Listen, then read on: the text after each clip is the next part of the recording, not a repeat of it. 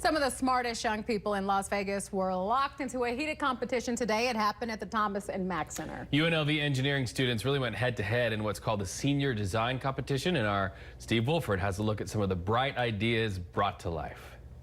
The senior design competition has come a long way since it started at UNLV 18 years ago. Old school computer simulations have given way to designs that incorporate LiDAR and 3D printing, and there's also a new emphasis on commercial and community applications. Meet the conduit crawler, designed by senior engineering students Clayton Higbee and Cody Hudson. It's just one of more than 36 amazing and practical creations from the minds of UNLV students.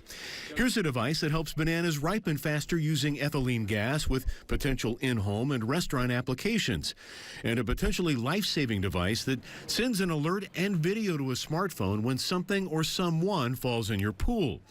Engineering Dean Venkat says he wants his students to think in practical terms and offer some financial incentive. We thought we need to motivate these kids by giving them some prize money and tell them to build something commercially viable. And we also wanted them to think about community, solving community problems and environmental problems. Even solving problems like picking up tennis balls with the tennis butler.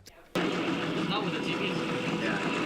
Think of it as a remote-controlled Roomba for a tennis court. You know, when you're spending $100 an hour on a tennis lesson, every 15 minutes they spend picking up balls is $25 of your money of them picking up balls. And after you've blown out your knees from all that tennis, you'll be back in the game in no time with a UNLV-engineered Chronoflex meniscus implant fresh off a 3D printer.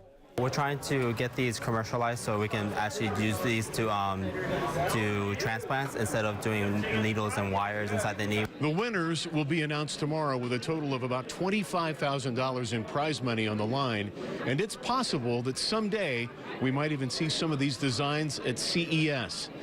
At UNLV, Steve Wolford, News 3. Steve, thanks. Another reason